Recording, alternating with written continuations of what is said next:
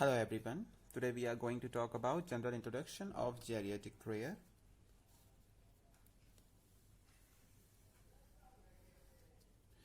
In this we talk about geriatric care, the second topic of this geriatric cares, because this is in English and the another information which I have that is in Hindi language. So first we will talk about this second point, which is geriatric care terminology. Geriatrics. It is a sub-specialty of internal medicine and family medicine that focuses on health care of elderly people. Geriatric nursing is the second point, which is nursing care of the aged patient given in the home, the hospital or special institution such as nursing home, psychiatric institution, etc.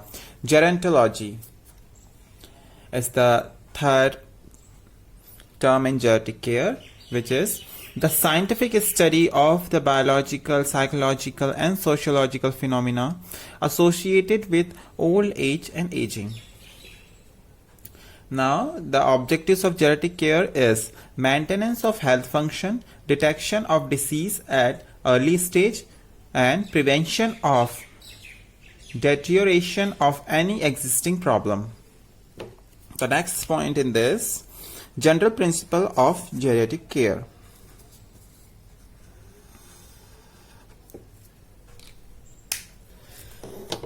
Consider individually, consult his performance, be patient, kind and sympathetic, communicate effectively, demonstrate respect.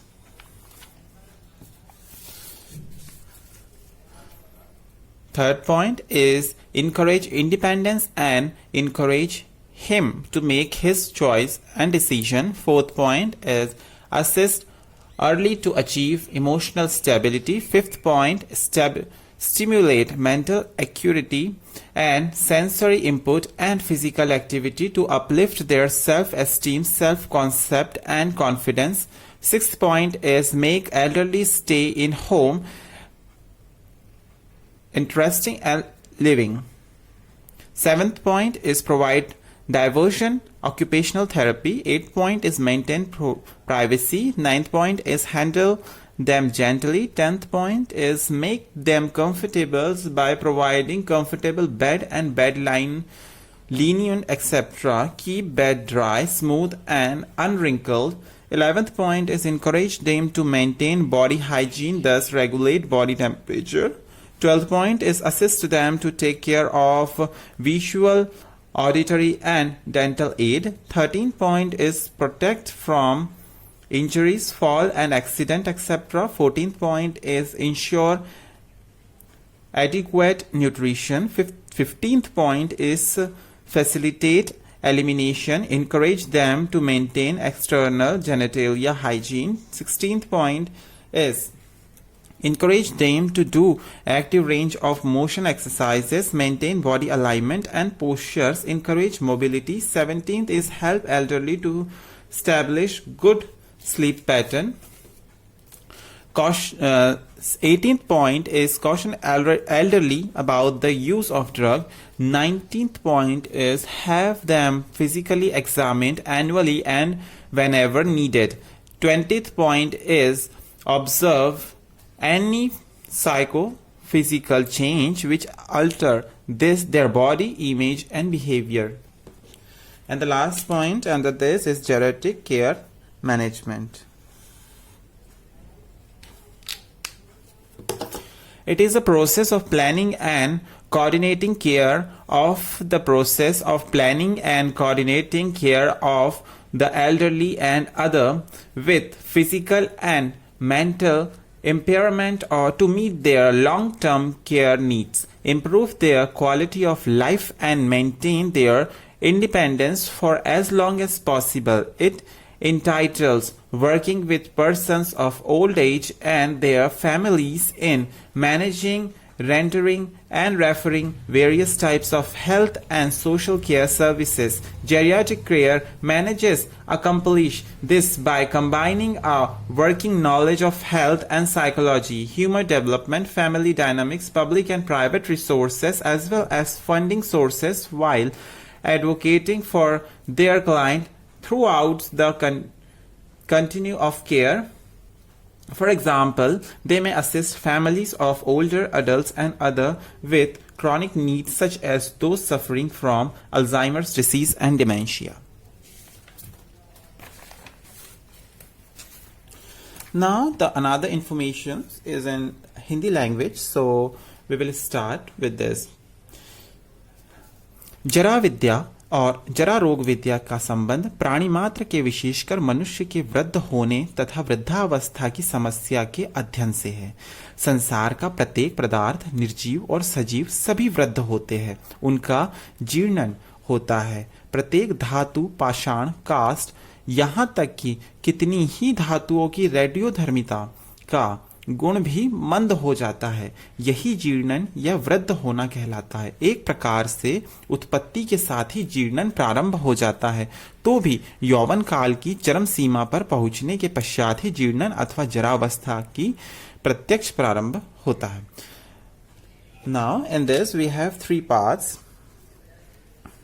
of geriatrics. So जरा विज्ञान के 3 अंग हैं। पहला, व्यक्ति के शरीर का ह्रास। दूसरा, व्यक्ति के शारीरिक अवयवों, अंग और या अंगों का निर्माण करने वाली कोशिकाओं का ह्रास। तीसरा, वृद्धावस्था संबंधी सामाजिक और आर्थिक प्रश्न। इस अवस्था में जो रोग होते हैं उनके विषय का जरारोग विद्या कहा जाता है। जरावस्था के रोगों की चिकित्सा भी इसी का अंग है। जरावस्था का प्रारंभ के सामान्य लक्षण वालों का सफेद होना तथा त्वचा पर झुर्रियां, बालों का सफेद होना, त्वचा पर झुर्रियां पड़ जाना महत्व की घटना नहीं होती है। उसकी विशेषता अभ्यंतरंगों तथा ऊतकों में होने वाले वे परिवर्तन हैं जिनके फलस्वरूप उन अंगों की क्रिया मंद पड़ जाती है। इस प्रकार के परिवर्तन बहुत धीमे और दीर्घकाल में होते हैं। चलने, भागने, दौड़ने की शक्ति का ह्रास इस अवस्था का प्रथम लक्षण है। किंतु यदि व्यक्ति युवावस्था में स्वस्थ रहा है तो अभ्यंतरंगों में ह्रास दीर्घकाल तक नहीं होता तथा विचार की शक्ति बढ़ जाती है। वृद्ध अवस्था में अपनी आयु के अनुभवों के कारण सांसारिक प्रश्नों को समझने और हल करने की विशेष क्षमता होती है। इसीलिए कहा गया है कि नसा सभा यत्र न संति वृद्धाः।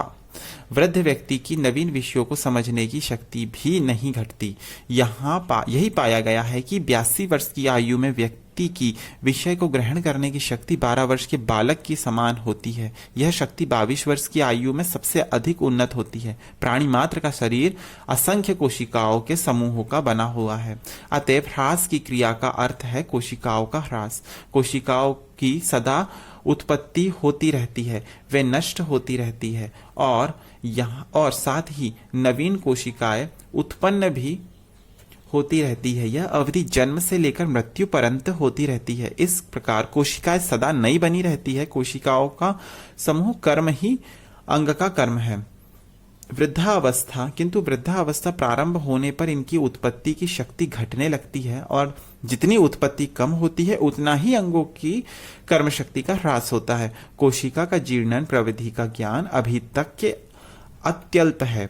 इसके ज्ञान का अर्थ है जीवनोत्पत्ति का ज्ञान। इसका ज्ञान हो जाने पर जीवन ही बदला जा सकता है। अंगों के ह्रास के कारण वृद्ध शरीर में बाह्य उत्तेजनाओं की प्रतिक्रिया करने की शक्ति घट जाती है। अतएव यह रोगों की जीवाणुओं आदि के शरीर में प्रवेश करने पर उनका प्रतिरोध नहीं कर पाता। आघात आदि के क्षत होने पर यह नवीन ऊतक बनने में असमर्थ होता है। यद्यपि जरा अवस्था के रोग युवावस्था के रोगों से किसी प्रकार भिन्न नहीं होते, तो भी उपयुक्त कारणों से चिकित्सा में बाधा उत्पन्न हो जाती है और चिकित्सक को विशेष आयोजन करना होता है। वृद्धावस्था में होने वाले विशेष रोग ये है: धमनी, कंठीय, हाई ब्लड प्रेशर, डायबिटीज, गठिया, इनमें से प्रथम और द्वितीय रोगों का हृदय और शारीरिक रक्त संचरण के से सीधा संबंध होने के कारण उनसे अनेक प्रकार से हानि पहुंचने की आशंका रहती है। उपयुक्त जरावस्था के रोगों की विशेषता यह है कि वे लक्षण प्रकट होने के बहुत पहले प्रारंभ होते हैं, जबकि उनका संदेह तक नहीं हो सकता। 2 से 20 वर्ष पूर्व उनका प्रारंभ होता है। अनेक बार अन्य विकारों के कारण रोगी की जांच करने पर उनका चिकित्सक को पता लगता है, तब उनको रोकना असंभव हो जाता है और वे असाध्य हो जाते हैं। अतएव चिकित्सक को प्रौढ़ावस्था के रोगियों की परीक्षा करते समय भी भावी संभावनाओं के ध्येय में रखना चाहिए। शरीर के भीतर ही उत्पन्न विकार इन रोगों का कारण होते हैं। जीवाणुओं की भांति इनका कोई बाहरी कारण नहीं होता, इस कारण इनका निरोध असंभव होता है। कोशिकाओं का ह्रास। प्रयोगों से मालूम हुआ है कि शरीर की कोशिकाएं बहुदीर्घजीवी होती है। एक विद्वान ने मुर्गी के भ्रूण के हृदय का टुकड़ा काटकर उपयुक्त पोषक द्रव्यों में 64 वर्ष तक रखा।